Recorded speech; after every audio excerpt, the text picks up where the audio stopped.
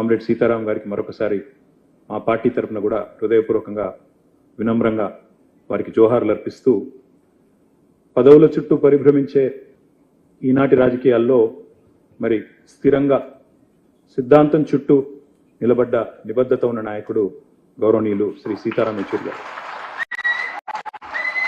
ఎప్పుడు ఏ కండువా మారుస్తారో తెలియని ఫిరాయింపుల ఈ కలలో కడదాకా కమ్యూనిస్టుగా బతికిన ఆదర్శ నేత, ఢిల్లీలో వెలిగిన అసలైన హైదరాబాదీ బిడ్డ యేచూరి గారు. హైదరాబాదీ బిడ్డ అని ఎందుకంటున్నా అంటే మాకు కూడా పూర్వాశ్రమంలో కొంత కనెక్షన్ ఉంది. అదేమంటే వారు చదువుకున్నది ఆల్ సెయింట్స్ స్కూల్లో, నేను చదువుకున్నది దాని పక్కనే రోడ్ యువతల గ్రామర్ స్కూల్లో. అదేవిధంగా వారి తర్వాత నిజాం కాలేజీలో గ్రాడ్యుయేషన్ చేశారు. నేను కూడా కొద్ది కాలం తర్వాత నేను కూడా అక్కడే చేస్తున్నాను. కాబట్టి అందుకే హైదరాబాద్ బిడ్డ అనే మాట వాడతాం. ఓట్ల రాజకీయం వేరు, ప్రజల రాజకీయం వేరు. మేము ఓట్ల రాజకీయంలో వెనుకబడ్డా ప్రజల కోసం జరిగే పోరాటంలో మాత్రం ముందున్నాం, ప్రజల మనసులో ఉన్నామని ఆయన ఒకసారి చెప్పిన మాట నాకు బాగా గుర్తున్న మాట. నాయకులుగా పాలకులుగా ఉండి పోరాటాలంటే తెలియని వారు ఎందరో ఉండొచ్చు. ప్రజలంటే కేవలం ఓటు బ్యాంకులుగా మాత్రమే చూసేవారు ఇంకెందరో ఉన్నారు. కానీ ఉన్నత చదువులు చదువుకున్న ఒక కుటుంబంలో, స్వయాన మేనమామగా ఒక ఐఏఎస్ ఆఫీసర్గా ఉన్న ఒక కుటుంబంలో పుట్టి అణగారిన వర్గాల కోసం ప్రశ్నించే గొంతుకగా ఎదిగిన వ్యక్తిత్వం చాలా గొప్ప విషయం అని చెప్పక తప్పదు.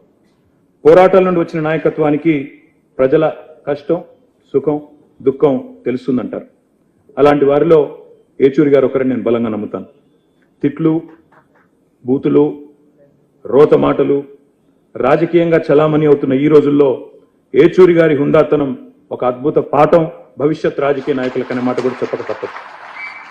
ఎమర్జెన్సీ చీకటి రోజుల్లో, జైలు జీవితం తర్వాత భారతదేశంలో ఆనాడు అత్యున్నత స్థానంలో ఉన్న శ్రీమతి ఇందిరాగాంధీ గారి ముందు నిలబడి ఒక సామాన్య విద్యార్థి నాయకుడు ఒక్క మాట కూడా తణుకకుండా మీరు రాజీనామా చేయండి అని మాట్లాడాలంటే ఎంత గుండె ధైర్యం కావాలో ఒక్కసారి ఆలోచించమని చెప్పి నేను కోరుతాను. రాజ్యాంగాన్ని రాజకీయాల కోసం అపహాస్యం చేస్తున్న ఈ రోజుల్లో నిజంగా రాజ్యాంగాన్ని బలంగా నమ్మిన, త్రికరణ శుద్ధితో నమ్మిన వ్యక్తి Sitaram Yechury garu. Democracy is not just about elections, it is about dissent, debate and the right to question. ప్రశ్నించడమే ప్రజాస్వామ్యం అని గుండెల నిండా నమ్మిన వ్యక్తి యేచూరి గారు. పదవులతోనే కీర్తి వస్తుంది అనుకునేవారు కొందరు ఉంటారు. కానీ పదవులు లేకున్నా ఐడియాలజీ, ప్రజా సమస్యల పట్ల అవగాహన, పనిచేయాలన్న తపన, నిత్యం ప్రజా సంక్షేమం కోసం పనిచేసే ఆలోచన, నిత్యం కొత్తది నేర్చుకోవాలి అనే ఒక అభిలాష ప్రజల మనసులో చిరస్థాయిగా, చిరంజీవిగా నిలబడేలా చేస్తుంది అనడానికి యేచూరి గారి జీవితం ఒక ఉదాహరణగా నేను భావిస్తాను. మా పార్టీలు వేరు కావచ్చు, మా సిద్ధాంతాలు వేరు కావచ్చు. మీరు గతంలో తెలంగాణ రాష్ట్ర ఏర్పాటు విషయంలో భిన్నాభిప్రాయాన్ని ప్రకటించవచ్చు. వారితో నాకు పరిచయం కూడా తక్కువే కావచ్చు. కానీ ఉద్యమాల నుంచి వచ్చిన బిడ్డలుగా మా బంధం రక్త సంబంధంగానే ఉంటుంది. తప్పకుండా ఆ భావన మాలో బలంగా ఉంది. బతికున్నంత వరకు ప్రజల కోసం బతకడమే కాదు, చనిపోయాక కూడా తన దేహాన్ని భవిష్యత్తులో ఈ దేశ ప్రజానీకానికి వైద్యం అందించే డాక్టర్లకు ఉపయోగపడాలనే యేచూరి గారి ఆశయం చాలా గొప్పది. వారు గొప్ప మాట చెప్పారు, when democracy is threatened, silence is complicity. అంటే ఒక మాటలో తెలుగులో ప్రజాస్వామ్యం ప్రమాదంలో పడ్డప్పుడు మన మౌనం అనేది చాలా ప్రమాదకరం అనే మాట వారు చెప్పారు.